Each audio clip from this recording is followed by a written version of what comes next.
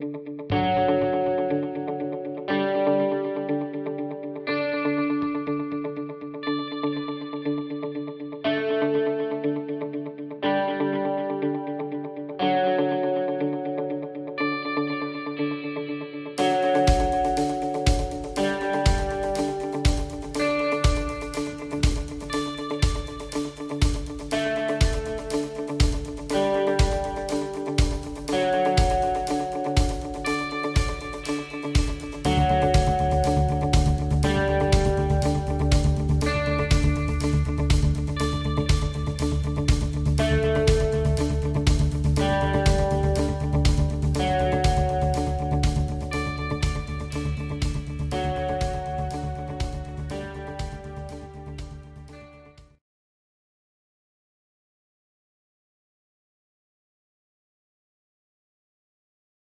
olá a todas e todos que nos assistem. Estamos aqui em mais uma edição do curso Um Brasil Sustentável, uma iniciativa do Instituto Física, Cultura e Ambiente, com apoio da Universidade Federal de São Paulo. Estamos aqui na reitoria da Universidade de São Paulo discutindo os Objetivos do Desenvolvimento Sustentável, os ODS. Hoje nós vamos discutir mais 2 ODS. Tenho aqui 2 convidadas ilustres que vão nos presentear com todo o seu saber a respeito de aspectos muito interessantes do ODS 4 e do ODS 5. Para que todos conheçam os ODS, eu vou fazer uma leitura da redação principal do ODS e vou apresentar as minhas convidadas na sequência. O ODS 4 fala em assegurar a educação inclusiva e equitativa e de qualidade e promover oportunidades de aprendizagem ao longo da vida para todas e todos. Então, já no ODS de educação, já estamos falando da questão de gênero, porque a ONU escreve dessa forma mesmo, todas e todos e todas em primeiro. Vai nos falar sobre o ODS a Andressa Pelanda, que está representando aqui a Campanha Nacional pelo Direito da Educação, uma organização muito importante. Ela tem vários dados de educação para trazer para a gente, está fazendo pós-graduação justamente com o ODS 4, ela me contou aqui, então ela vai falar sobre esse tema. E o ODS 5, alcançar a igualdade de gênero e empoderar todas as mulheres e meninas. Tenho a honra de receber aqui Mafuane Odara, que é especialista em direitos humanos, é psicóloga, uma grande amiga, vai aqui falar bastante coisa que ela está trabalhando com esse tema e outros temas que dialogam diretamente com a temática da questão de gênero, né? Bom, eu comecei sempre, né, as entrevistas que nós já fizemos nesse curso, e vou fazer assim com os próximos que virão, uma pergunta bastante ampla e genérica. Acabei de ler aqui a redação oficial da ONU, e a pergunta é essa: do jeito que está escrito, vocês acham que essa redação está adequada à realidade brasileira? Precisaria fazer algum ajuste de redação? Porque em se tratando de educação e gênero, o Brasil tem algumas especificidades que talvez não estejam atendidas por essa redação. Queria que vocês começassem contando um pouco de como é que está a percepção de vocês sobre a existência desse ODS, a importância dele e apontando para a realidade brasileira. Primeiro, eu queria agradecer a oportunidade de estar aqui conversando com vocês. Como eu estava falando, né, quando a gente estava conversando aqui antes de entrar no ar, o quanto é importante, né, termos esses pilares da universidade tão fortes, que é o pilar da extensão universitária. Eu mesma já participei de projetos de extensão universitária, que são projetos do coração, então uma honra estar aqui. E também nessa instituição, né, que é a Unifesp, que também faz todo um trabalho de pesquisa, né, extensão e ensino tão importante para o país. Então, deixar aqui o agradecimento e o reconhecimento desse trabalho. E sobre o ODS 4, né? Então, a Campanha Nacional pelo Direito à Educação, ela já tem um trabalho muito íntimo em relação aos Objetivos de Desenvolvimento Sustentável, justamente porque a gente nasceu em 99, na véspera do Fórum Mundial de Educação, em Dakar, que aconteceu em Dakar, e o nosso objetivo, né, das organizações e ativistas que fundaram a rede da campanha era um objetivo de unir esforços para incidir sobre essa agenda internacional, sobre as metas internacionais na educação, e na época eram os Objetivos de Desenvolvimento do Milênio, né, que foi a agenda anterior a essa agenda dos Objetivos de Desenvolvimento Sustentável. E a gente, desde então, faz esse trabalho, né, no Brasil, de incidência, né, de influência sobre as tomadas de decisão, tanto no legislativo, executivo e também, quando precisa, a gente vai junto do judiciário, mas é para justamente a gente poder aprofundar, ampliar e cumprir, né, com a garantia do direito à educação. E a gente participou do Fórum Mundial de Educação na Coreia do Sul, né, que, na verdade, é a parte do fórum que firmou, né, esse compromisso do ODS 4, da Agenda 2030 para a educação.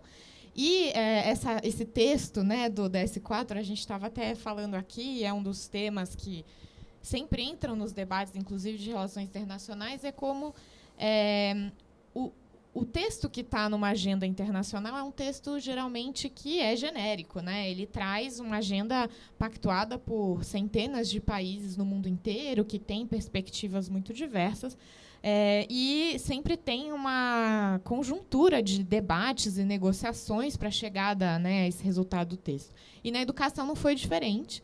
Existe um movimento que é a Campanha Global pela Educação, que também integra redes de organizações, coalizões, e da qual a gente é cofundador e integra, que participou muito ativamente do ODS 4, justamente para que ele pudesse ser mais progressista em termos da meta, né? Então, a gente acha que essa meta geral, né, esse objetivo 4, ele traz termos que são diferentes e que avançam em termos de direito à educação, né, o acesso, a qualidade. A gente falava muito mais em acesso antigamente. Agora a gente já conseguiu avançar, não só no Brasil, mas em diversos lugares do mundo, em termos de qualidade também, né, de conseguir que as crianças, adolescentes, enfim, a população adulta também tivesse na educação.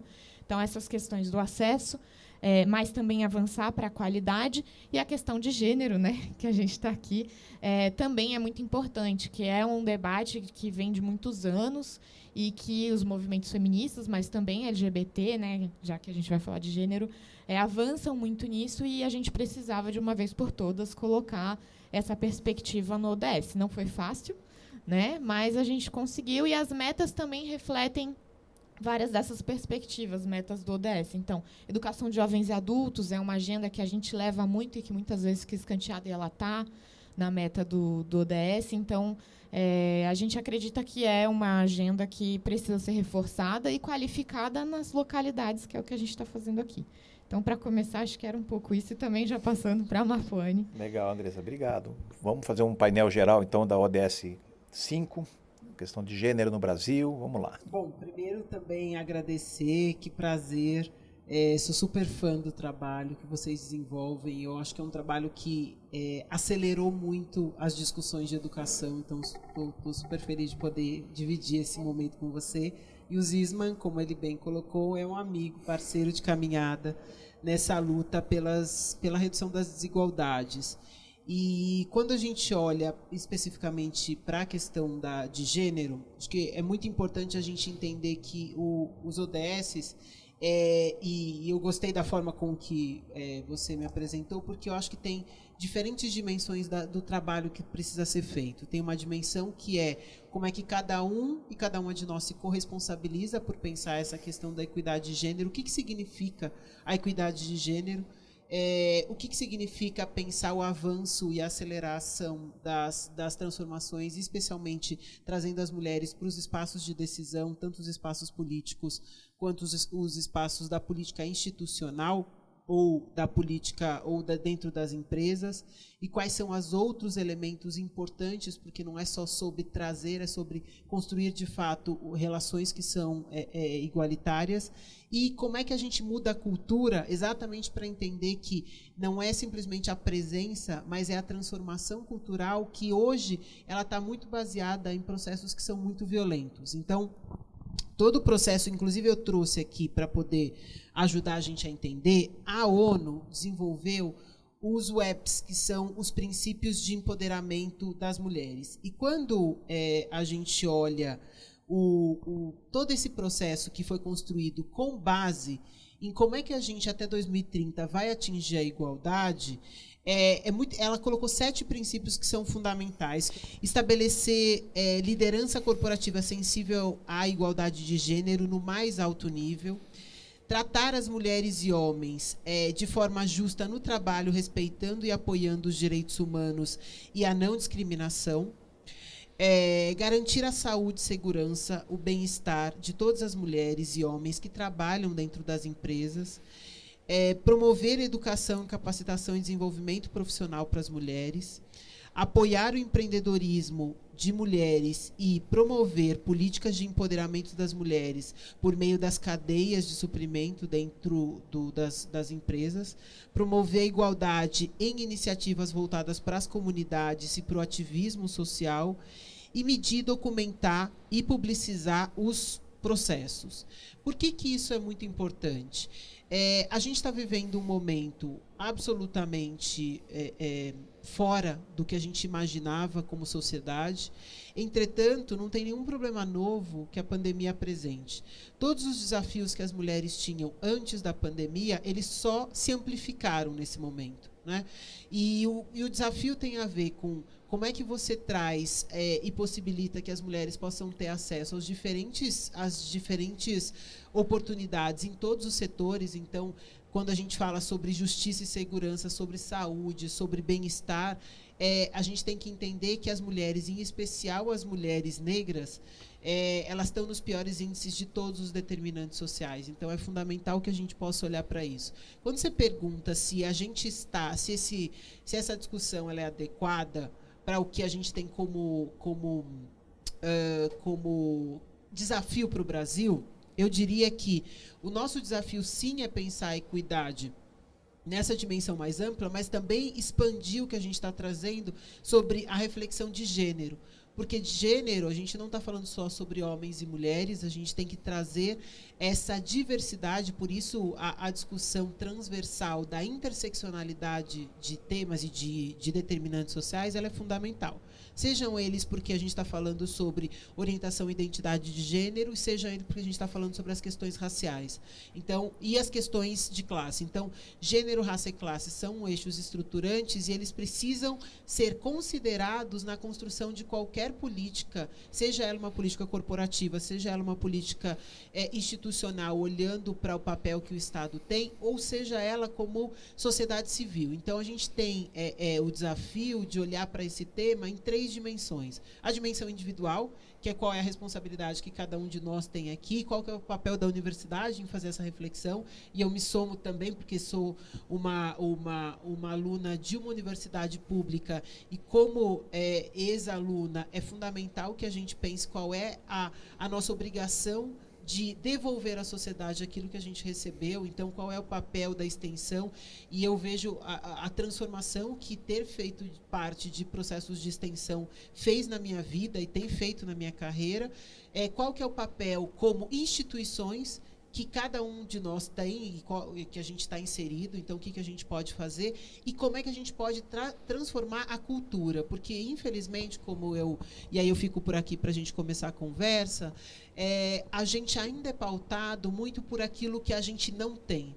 Então, eu deixo de fazer coisas pelo fato de ser mulher. Algumas das possibilidades, elas são muito mais difíceis pelo fato de eu ser mulher e ser uma mulher negra. Então, a gente ainda baliza, mas será que eu vou entrar na universidade? Mas eu não tive educação de qualidade. Mas eu não tive oportunidade de estudar determinadas coisas. Mas será que eu devia concorrer a determinados cargos? Mas é sempre mais difícil para as mulheres. Porque se você for mulher, você vai ter que trabalhar 2 ou 3 vezes. Agora a gente tem que trabalhar contínuo, né? Não é jornada dupla, tripla. Agora é jornada contínua, não tem mais essa, né?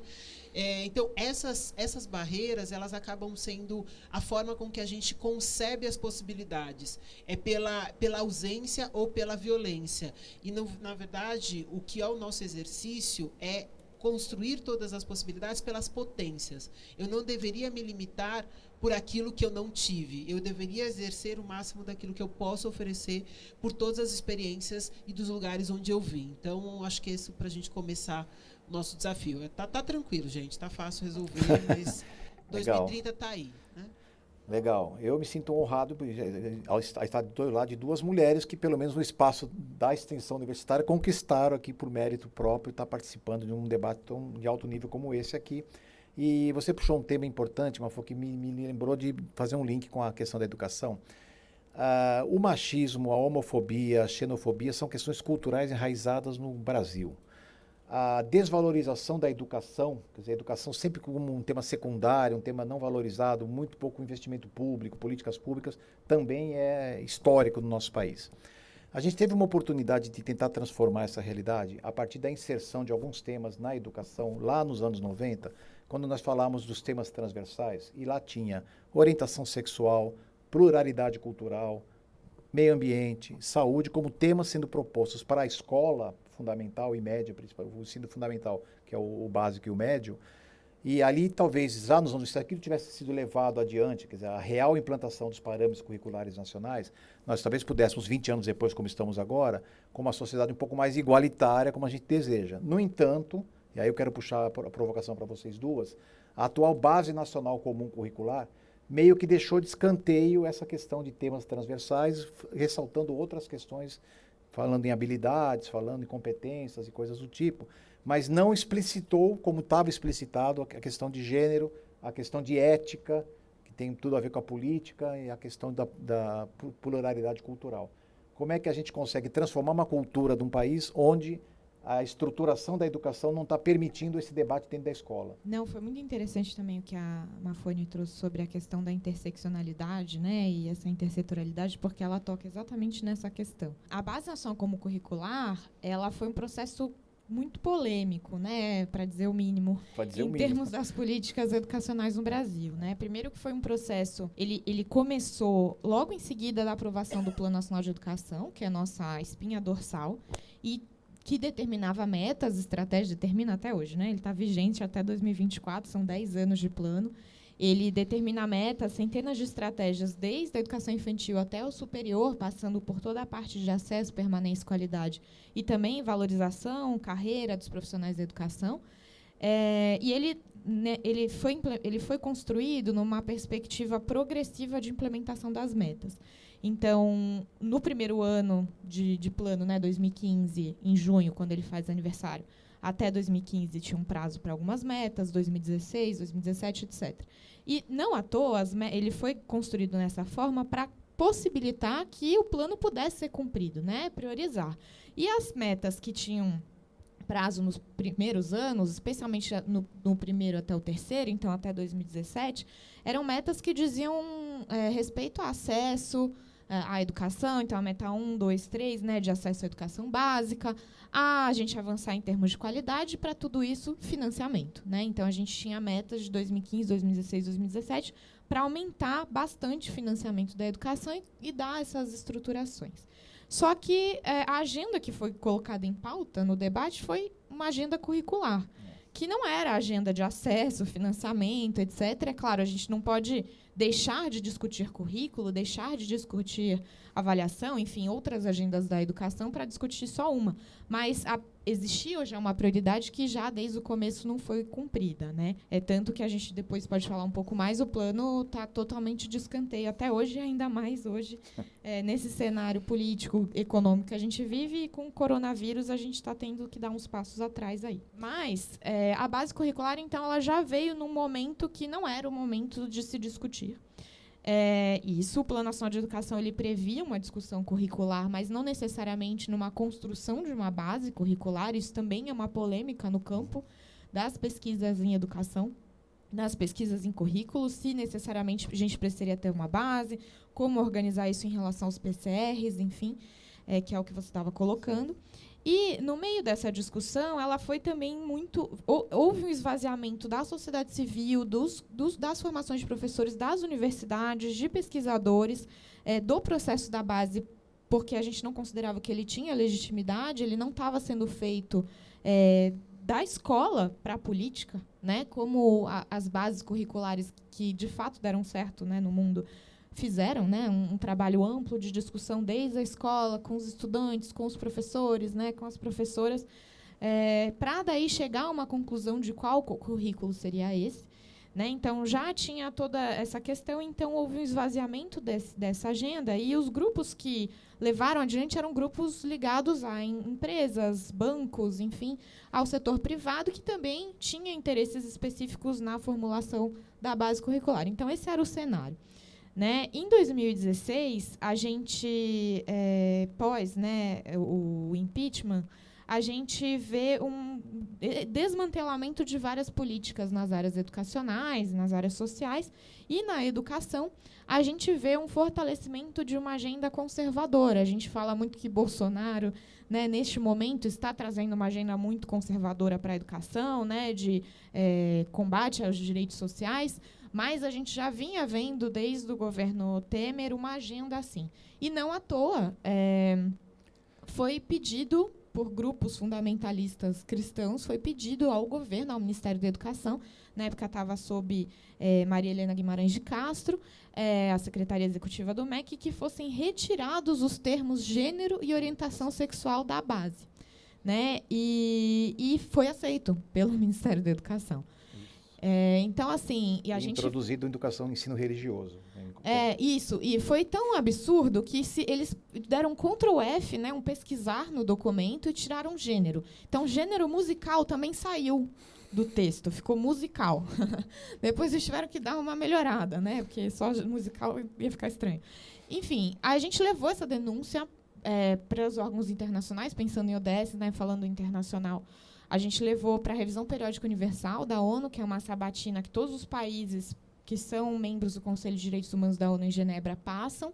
A cada 4 anos, o Brasil foi sabatinado, né, em 2017, e a gente levou essa denúncia para a RPU. A Revisão Periódica fez várias recomendações sobre o fortalecimento das políticas de igualdade de gênero e orientação sexual também no Brasil. Em resposta, né, não foi só a campanha na agenda de educação que levou essa denúncia, teve vários outros grupos, né, da defesa de direitos que também levaram essa agenda. E a própria relatoria da ONU, a Kumbu Bolly-Berry, ela é relatora já há um tempo para o direito à educação, e ela mandou uma carta ao Estado brasileiro questionando por que foi retirado, uma carta que não foi respondida. E na própria conversa lá na Revisão Periódica, a gente foi presencialmente, a gente teve até uma conversa com o Estado, né, integrantes do Estado, da missão lá, sobre o assunto na véspera, né, da revisão, e eles não sabiam muito como responder porque tinha sido tirado, porque era constrangedor para o governo, né? Hoje já não está mais constrangedor, é uma política explicitamente contra as agendas, né, de gênero. Então, a base curricular, na verdade, ela escanteou explicitamente a agenda de gênero e orientação sexual, o que é, assim, uma violação à direito, né? A gente não pode nem dizer que é algo que é uma pena ou algo assim. Não, ela é algo que é estruturalmente contrária aos direitos humanos de forma geral, transversal nessa agenda da educação. Ótimo, o que afeta diretamente, então, a questão cultural que eu apontava. E aí agrava mais as lutas que você estava apontando, né, Mafra? Ela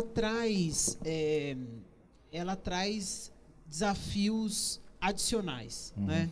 E ela também traz novas responsabilidades para atores que não se achavam responsáveis por essa discussão. Então, o que eu tenho percebido? Sim, esse é um desafio linguístico que parece só uma questão linguística. Então, assim, vamos tirar a questão de gênero, mas a gente está falando sobre uma construção ideológica, né? Porque essa ideologia de gênero, da forma como ela é apresentada, ela é exatamente oposta ao que está sendo colocado. Então, não vamos tirar a ideologia de gênero. Não. Então, o que vocês estão fazendo é uma ideologia de gênero. Vocês estão dizendo que um gênero específico não é aceitável, ele não faz parte da construção possível, porque, afinal de contas, Deus criou o mundo para sermos homens e mulheres, e existe uma definição biológica sobre isso. Então, essa dificuldade dessa conversa acontecer, ela traz adicionais a esse nosso desafio. Por outro lado, ela traz novos atores para essa discussão. Então, o que eu tenho percebido é que, por exemplo, as empresas, elas não eram atores muito fortes na defesa de direitos. E com um processo como esse, onde você tem leis que não conseguem ser cumpridas e que você tem um desmantelamento, em especial, dos serviços públicos que estão voltados especialmente ao atendimento das mulheres e meninas, você tem as empresas fazendo esse contraponto e dizendo que essas políticas elas precisam continuar e fazendo essa pressão junto com a sociedade civil para a transformação acontecer. Então, sim, é verdade que a gente tem esses elementos. E não tem outra forma de você pensar o desenvolvimento de um país se você deixar metade das pessoas desse país fora. A gente está falando sobre isso, né? E a Maria da Penha diz, né? As mulheres, elas são metade da sociedade e mãe da outra metade. Então, não existe a possibilidade dessa discussão não acontecer. E agora, o grande desafio que a gente vem enfrentando é como é que a gente reconstrói a linguagem, porque, de fato, a gente tem uma disputa de narrativas, né? E essa disputa de narrativas, ela gera uma série de violências, que são violências simbólicas e violências imagéticas que constroem uma forma de existência. Então, esse tem sido o nosso grande desafio, trazer novos atores para combater essas violências que têm acontecido, e por isso pensar a igualdade não é simplesmente sobre garantir espaços iguais, é sobre você mudar o repertório cultural de toda uma nação que hoje vem cada vez mais, e isso não tem a ver somente com uma discussão sobre ser conservador ou ser progressista, não é sobre isso. Esse é uma outra armadilha que a gente cai, né? Porque parece que todo mundo que é de um lado é do bem, todo mundo que é do outro é do mal, e a gente entra sempre numa lógica de nós contra eles, e essa lógica de antagonismos e essa lógica de polarizações, ela é muito perversa para qualquer crescimento. Quando você traz, eu achei muito legal você trazer que tudo que a gente precisa construir é um projeto, e é um projeto de um processo. Então, ninguém vai mudar a educação de um dia para o outro. Então, são anos, são décadas para a gente fazer essa transformação. E eu vejo esse momento como a possibilidade da gente construir um novo projeto para o Brasil. E esse novo projeto precisa caber todo mundo, e caber todo mundo de formas muito respeitosas. E eu acho que a gente ultrapassou as possibilidades e a gente não consegue mais conversar, e os processos realmente têm sido muito violentos. Então, pensar a igualdade de gênero é para além de pensar uma questão de igualdade entre homens e mulheres, é sobretudo pensar qual é o projeto de nação que a gente quer construir. Então, essas eleições, com todas as questões que a gente possa ter, ela é uma resposta. Ela é uma resposta dizendo, isso a gente não aceita.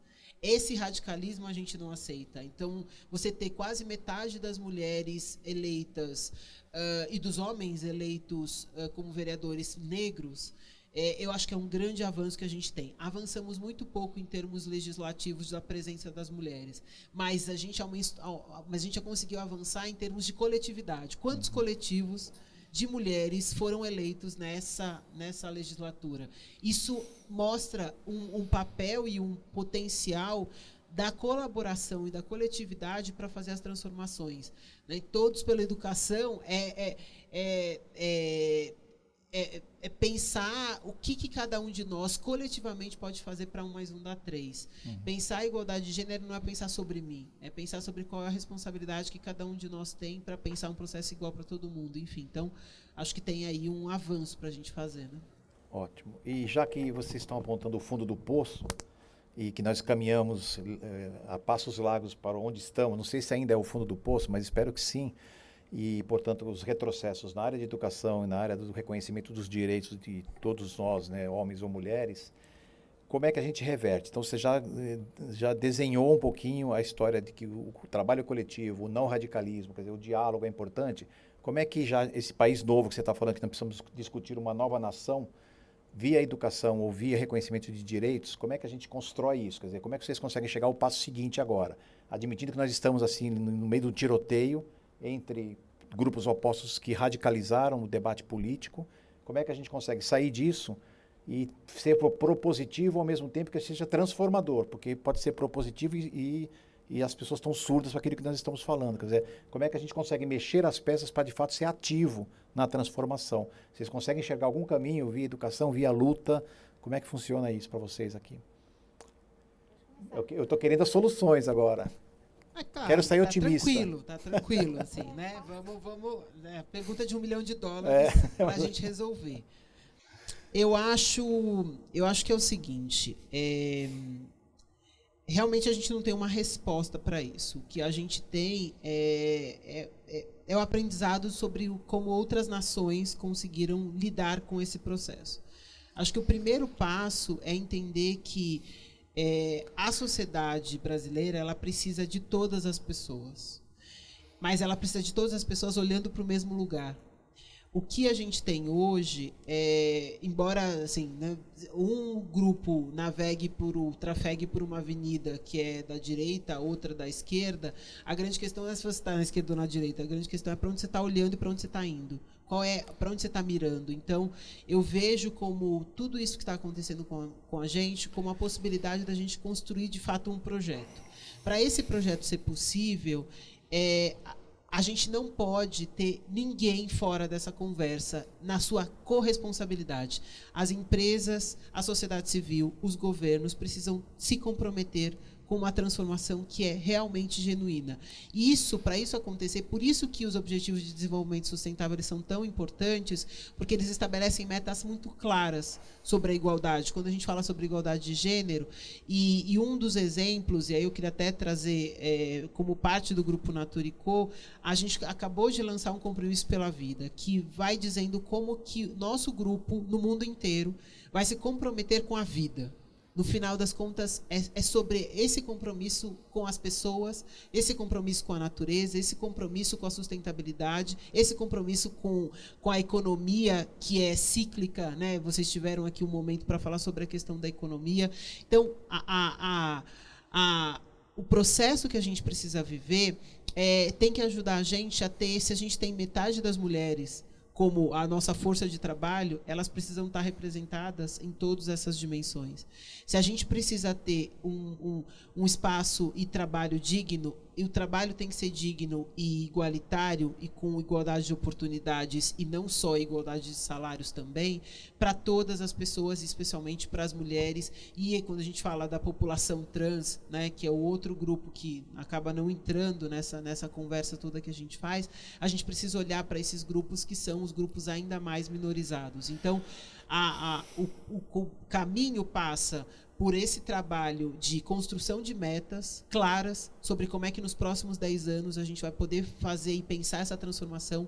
Não dá para esperar. O Instituto Ethos fez um estudo, ele faz um levantamento para entender como é que se comportam as transformações, e a gente vai demorar quase 100 anos para pensar a igualdade de gênero. E quase 150 anos para pensar a igualdade racial. Não dá para esperar 150 anos, a gente precisa fazer isso na próxima década. Então, como é que a gente transforma 100 anos em 10? Então, para isso, a gente precisa ter metas claras, a gente tem que ter o objetivo claro de para onde a gente quer apontar, e pensar que quando todo mundo cresce, quando as mulheres crescem, quando a gente pensa a igualdade de gênero e igualdade racial, por exemplo, todo mundo cresce. Então, acho que esses são alguns elementos que eu tenho visto da responsabilidade de não se eximir da sua responsabilidade de fazer parte dessa conversa e parar nessa história de assim, não, porque é responsabilidade de um ou responsabilidade do outro. Não. Cada um de nós, no lugar onde a gente está, tem uma responsabilidade. A universidade tem uma responsabilidade. A construção do conhecimento, ela precisa estar a serviço de uma transformação da sociedade. Os governos precisam estar a serviço da transformação e do cuidado, do bem-estar físico, emocional, mental e ambiental de toda a sociedade, seja ela a sua cidade, seja ela o seu estado, seja ele o seu país, né? Então, é sobre isso que a gente precisa falar, é sobre entender que a gente faz parte de um ecossistema que cada engrenagem e cada mudança ou mexida na engrenagem, ela mexe no sistema como um todo, né? É se ver como parte de um sistema que é muito maior do que a gente e se ver como corresponsável por isso. Obrigado, Andressa. Por favor, então, via educação, quais são os caminhos necessários? Não, eu estava anotando aqui enquanto a Mafone falava, porque acho que a gente vai muito numa direção muito parecida. A gente na campanha tem trabalhado, a gente até mudou o site recentemente, a gente resolveu colocar uma frase bem na cara de quando você abre o site da campanha, que é: o direito à educação é um pilar para a democracia e para a justiça social. E aí, por que a gente colocou isso? Porque, justamente, a gente precisa, isso já devia ter acontecido, né? A Mafone já falou, a gente precisa parar de também só olhar para as nossas próprias agendas e transformá-las em umas agendas que sejam dialogadas e que sirvam a um propósito de projeto, que é o que a gente estava falando aqui, né? A Constituição Federal, ela já prevê isso, né? Assim, no artigo 206, ela fala sobre o direito à educação, mas lá no começo, no artigo 5º, ela lista todos os direitos sociais e põe o direito à educação como o primeiro dos demais direitos, e não é ordem alfabética, né? E ela coloca justamente com a perspectiva de que o direito à educação é uma porta para a garantia dos demais direitos, e através da educação a gente vai avançar. E aí a educação no sentido institucional, claro, a educação escolar, a educação formal, mas também na educação não formal, né, e outros processos educacionais que permeiam as sociedades. E a gente tem trabalhado muito nessa agenda, né, de como a gente precisa ter um projeto de país que tenha uma garantia dos direitos sociais, dos direitos humanos, né, e aí sociais, econômicos, culturais, ambientais, como a Mafoni já trouxe nessa interseccionalidade, intersetorialidade dos direitos. E essa garantia desses direitos, ela precisa acontecer a partir de um movimento também econômico. Né? Você falou que estava falando sobre economia, né, na última conversa aqui, sobre os ODSs da economia. A gente não adianta a gente falar que vai pensar num projeto de país, um projeto de sociedade, se a economia não está voltada à garantia dos direitos da maior parte da população, né? Das 50% da população que são mulheres e que são mães, outros 50%, como a Mafoni falou, né? Dos 99% que são a população. Né? Então, a gente também precisa pensar numa mudança nessa perspectiva de quais são as nossas políticas econômicas. Né? Então, elas precisam estar a serviço da nossa população, da garantia de direitos. Acho que esse é um ponto. E nessa mudança de perspectiva da economia, que também garante os nossos direitos sociais, está interligado e está dentro daí o fortalecimento da própria democracia. Né? Eu acho que a gente não tem como falar de direitos, falar de ODS, falar de um projeto de país, sem falar sobre a necessidade da gente retomar processos de fortalecimento democrático. E as eleições também concordo absolutamente, acho que elas dão um respiro para a gente ver que a nossa população ela tem aberto os olhos para isso, né? Tem se focalizado e tem tomado ações. Né? A eleição ela é o ápice assim, do material, do que a gente fala da cidadania, né? De que a gente está ali fazendo, exercer o nosso voto, exercer as nossas opções políticas, e a gente, então, precisa fortalecer esses espaços da democracia. Sem garantia de direito, a gente não vai fortalecer, porque sem o direito à educação, que passa pela educação sobre política, né, a gente não vai conseguir fortalecer a nossa democracia e não vai também fazer a transformação que precisa em termos econômicos. Então, acho que são 3 eixos que se interrelacionam e que a gente precisa pensar muito forte. Né? E aí, dentro disso, acho que é importante, em termos da democracia, a gente pensar em como fortalecer as nossas instituições. A Mafoni estava falando bastante sobre os atores, né, da sociedade, e a gente tem visto, recentemente, um desmantelamento das nossas instituições democráticas, e cada vez mais a gente precisa desse fortalecimento. Esse fortalecimento se faz pela garantia de direito e da inclusão, da equidade, das diversidades sendo representadas. Né? Então, só assim a gente vai conseguir cumprir nossas metas internacionais, né? E garantir que uma das instituições que é muito importante, que é a legislação, também possa ser cumprida. A gente participou de uma pesquisa em 2018 que se chama Right to Education Index, que é um índice do direito à educação. É uma pesquisa que é uma pesquisa comparada sobre educação em vários países. Foram 20 países que fizeram parte. O Brasil, com a nossa participação, foi um deles. E, basicamente, a gente olhava para vários indicadores na educação, desde acesso, permanência e também passando até se as escolas tinham banheiro, água potável, né, que é um tema que a gente está discutindo muito agora no cenário de pandemia, como voltar às aulas, sendo que a gente tem 2 milhões de estudantes que vão para escolas que não têm acesso à água potável, né, então, a saneamento nas escolas. E a gente fez esse estudo, e esse estudo tinha várias dimensões. Ele girava em torno das 4 dimensões do direito à educação, da Catarina Tomaszewski, que foi a primeira relatora da ONU para o direito à educação, e ela caracteriza que a educação tem que ter disponibilidade, aceitabilidade, acessibilidade e adaptabilidade. São as 4 características, dimensões. E eles acrescentaram um de governança da política. Eu achei bárbaro, né, eles colocarem esse item, porque para a gente foi muito importante, porque pensando nas instituições, né, democráticas, das políticas educacionais, e a gente tirou a nota máxima, assim, pensando em nota, a gente ficou com toda a pontuação em termos de governança, porque justamente a nossa legislação, na Constituição Federal, nas leis nacionais, estaduais, municipais, ela é muito avançada em termos do direito à educação. A gente até, quando fez uma mobilização sobre o ODS, a gente fez uma rodinha que a gente colocava do lado de fora da roda a Constituição Federal, depois o Plano Nacional de Educação e aí o ODS 4. E a gente queria dizer o quê? Que se a gente cumprisse com a Constituição, com o plano, a gente ia cumprir com o ODS 4. Né? Então, quando a gente está pensando nessas perspectivas de projeto, a gente também precisa pensar no cumprimento da nossa legislação. Né? Isso é transformador, por incrível que pareça. Né? A gente tem, desde 88, décadas, né, de democracia, de redemocratização, e a gente até hoje não consegue cumprir a legislação. Só que, para isso, a gente precisa de controle social. Né? E sem garantia do direito à educação, de garantia de direitos, a gente não vai conseguir garantir o controle social. Então, assim, é um complexo sistêmico que a gente precisa pensar para a garantia do ODS. Né? O ODS ele é esse sisteminha de vários objetivos que estão todos interligados e que, sem um e sem outro, eles não vão ser cumpridos na sua integralidade. Nenhum vai ser cumprido na integralidade se o outro não vai ser cumprido. Então, eu só queria dizer que eu concordo muito com o que a Marfone estava falando, de a gente avançar para uma perspectiva complexa mesmo, sistêmica, de construção, né, de reconstrução de um projeto de país. Bom, como o nosso tempo, infelizmente, está acabando, eu vou pedir uma última rodada final, 2, 3 minutinhos para cada uma, para contar para quem está nos assistindo qual é a grande luta que vale a pena ser lutada no momento. Quer dizer, onde a gente está conseguindo vislumbrar o sucesso. Porque acho que tem todo o problema, né, e toda a luta histórica, secular que nós temos, vocês colocaram muito bem, os desafios da educação, os desafios do reconhecimento da importância da equidade de gênero.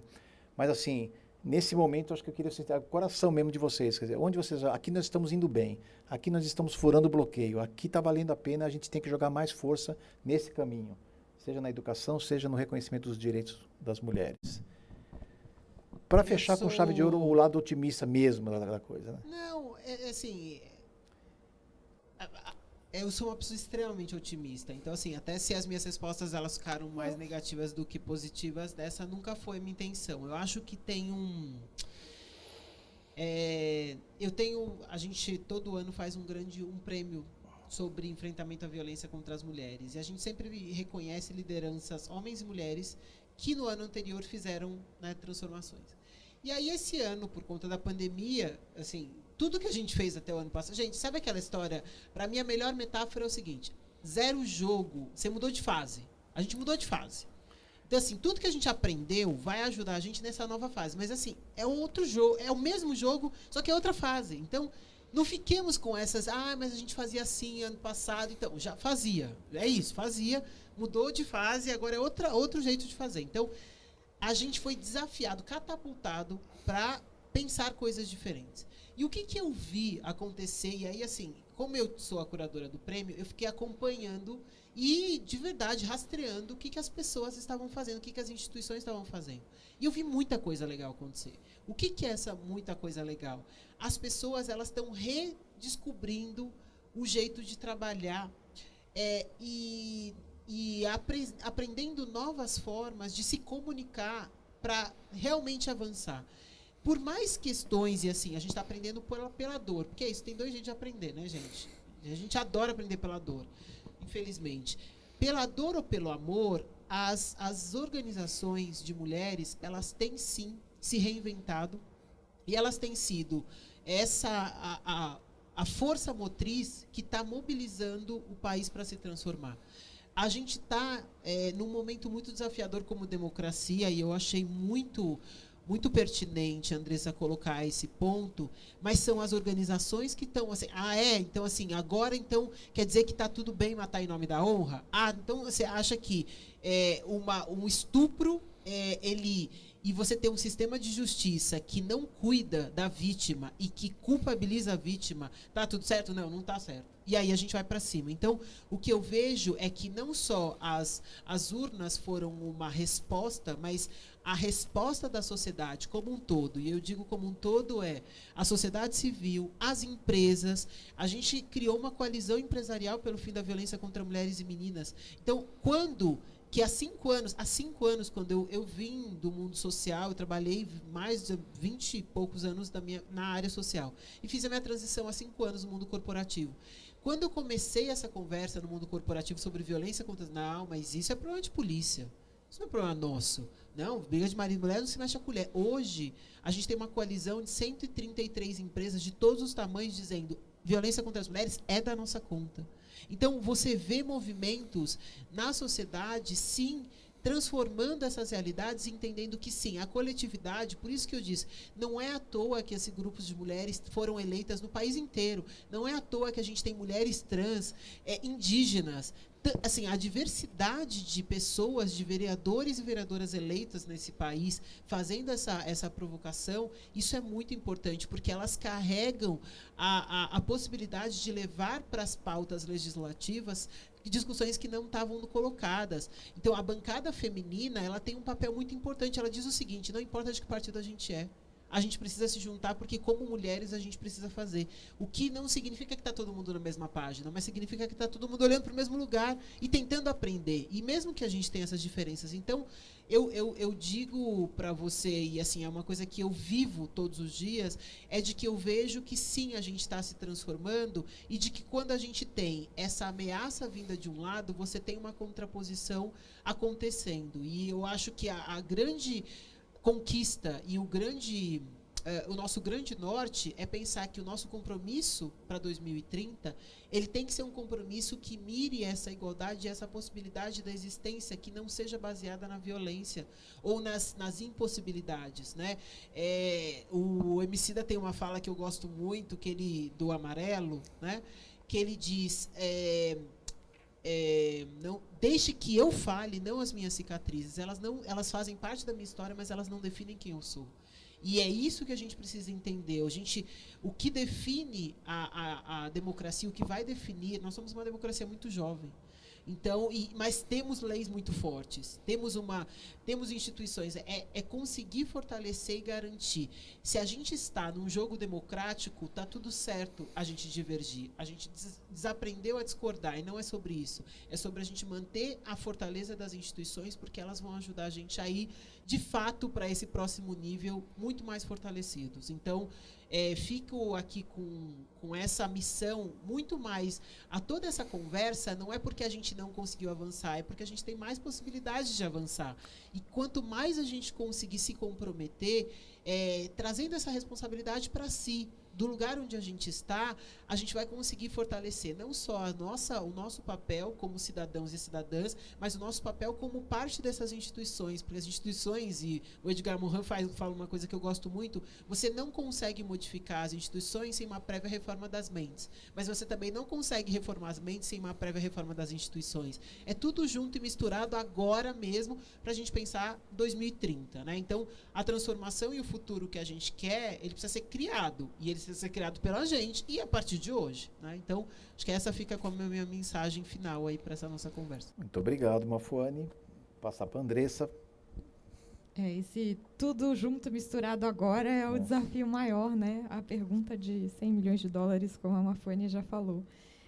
Não, eu acho que essa perspectiva de a gente estar trabalhando junto era uma das coisas que, quando você falou o que é as boas notícias, né? Assim, foi a primeira coisa que eu pensei, né? A gente, nesse cenário de pandemia, na educação, se falou muito da educação, como é que vai garantir o direito à educação, porque a educação está toda remota e milhões de estudantes estão excluídos da educação, porque eles não têm acesso aos materiais básicos para eles conseguirem acessar essa educação remota, né? E a gente tem falado disso desde março, quando foi decretada a pandemia. E a gente participou de um relatório da relatora da ONU, e eu falo muito dela porque ela tem uma perspectiva muito freiriana, muito próxima do que a gente trabalha. Ela, inclusive, virou relatora da ONU, ela é do Burkina Faso. Ela se tornou relatora da ONU porque ela ganhou uma projeção internacional muito grande, especialmente no continente africano, porque ela foi ministra da Educação do Burkina Faso quando a maior parte da população era analfabeta. E ela instituiu sistemas de educação formal e não formal, que era o que dava para fazer na hora, de alfabetização de jovens adultos com o método Paulo Freire. E depois ela expandiu essas perspectivas para outros países na África e ela virou uma referência no continente sobre o direito à educação. E depois, enfim, ela se torna relatora da ONU. A gente ficou muito próximos, porque a gente tem perspectivas muito próximas. Ela veio para o Brasil, visitou o Instituto Paulo Freire, se emocionou com a gente. E ela, os relatórios que ela traz não são só técnicos, assim, aquela coisa muito hermética e fria que muitas vezes estão, né, nas nossas agendas burocráticas, etc. Ela traz nos seus relatórios a defesa de um direito na sua completude, né? E isso traz também o sujeito para ali. E ela fez um relatório esse ano sobre a pandemia e a educação e o que os países fizeram sobre esse cenário, dando recomendações, e ela olhou, né, para a diversidade. Ela falou: os países que melhor responderam à pandemia em termos de educação, eles fizeram duas coisas. Investiram recursos nas políticas educacionais, e isso a gente precisa fazer, né, urgentemente, e fizeram políticas participativas. Então, eles fizeram políticas que eles primeiro sentaram, os gestores sentaram com os professores, com as professoras e estudantes, e falaram: o que precisamos fazer neste momento de emergência? E, a partir do diagnóstico de vários olhares, né, do gestor, claro, dos conselheiros, das pessoas que estão na administração, mas também das escolas, eles conseguiram responder melhor à pandemia, que foi pouco visto isso aqui no Brasil. A gente pautou muito isso e foi difícil. A gente ainda tem dificuldade de fazer políticas com base em participação, que é um pouco o que a Mafalene estava falando, né? Como é que a gente reforça a instituição da democracia se a gente precisa também fortalecer a educação para que as pessoas possam saber como participar ao mesmo tempo que a gente faz isso? Então, eu acho que a pandemia ela mostrou isso, e que a gente precisa fortalecer a participação.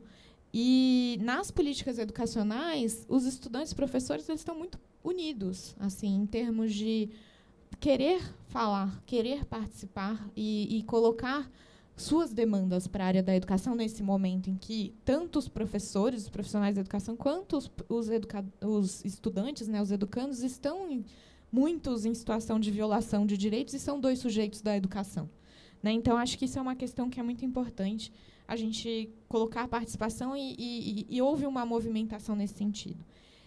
Mas, quando você falou de boas notícias, eu pensei em duas da educação que eu não consigo deixar de falar aqui.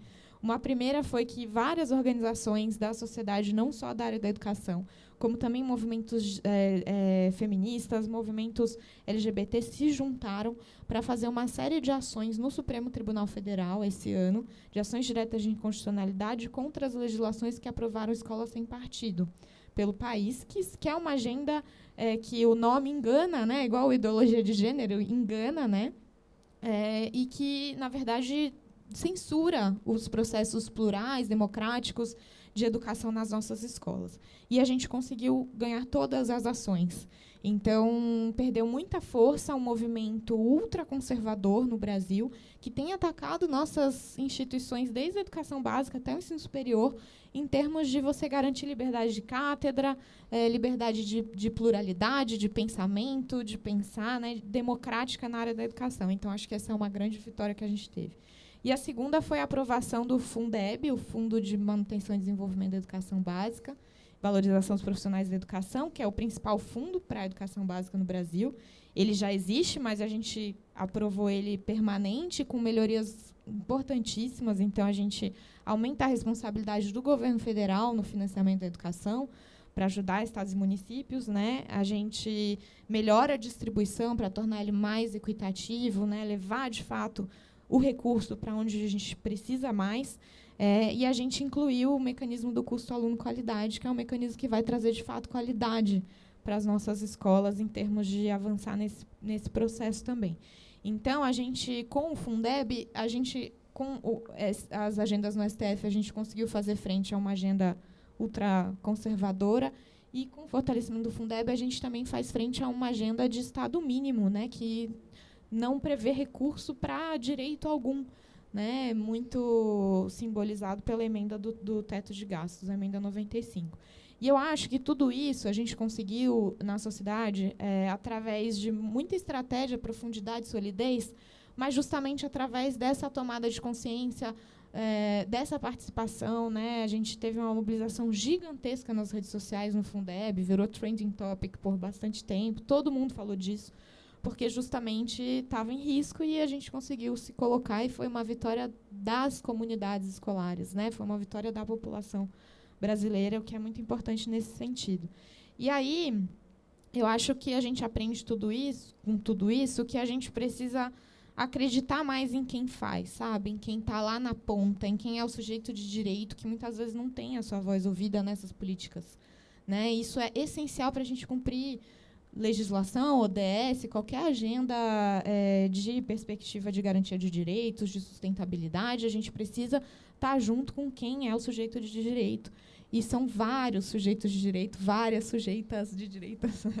Enfim, a gente precisa, de fato, que essa inclusão aconteça e que essas vozes diversas, plurais e diferentes possam ser incluídas no centro da política, né? A gente fala muito isso, né? A gente precisa reconhecer as diferenças, garantir as diversidades e que essas diversidades estejam lá sendo representadas. E eu acho que na educação a gente está tentando aí, conseguiu algumas coisas. E esse ano foi um ano muito duro, mas que teve essas duas grandes vitórias que eu acho que a gente, ainda num cenário tão diverso, a gente conseguiu. Então, é isso. A gente só pode ser otimista daqui para frente. Legal. Andressa, Mafuani, adorei. Muito obrigado pelo desafio de trazerem as ideias tão inovadoras, tão bacanas que vocês têm para um debate público na universidade, a universidade cumprindo o seu papel.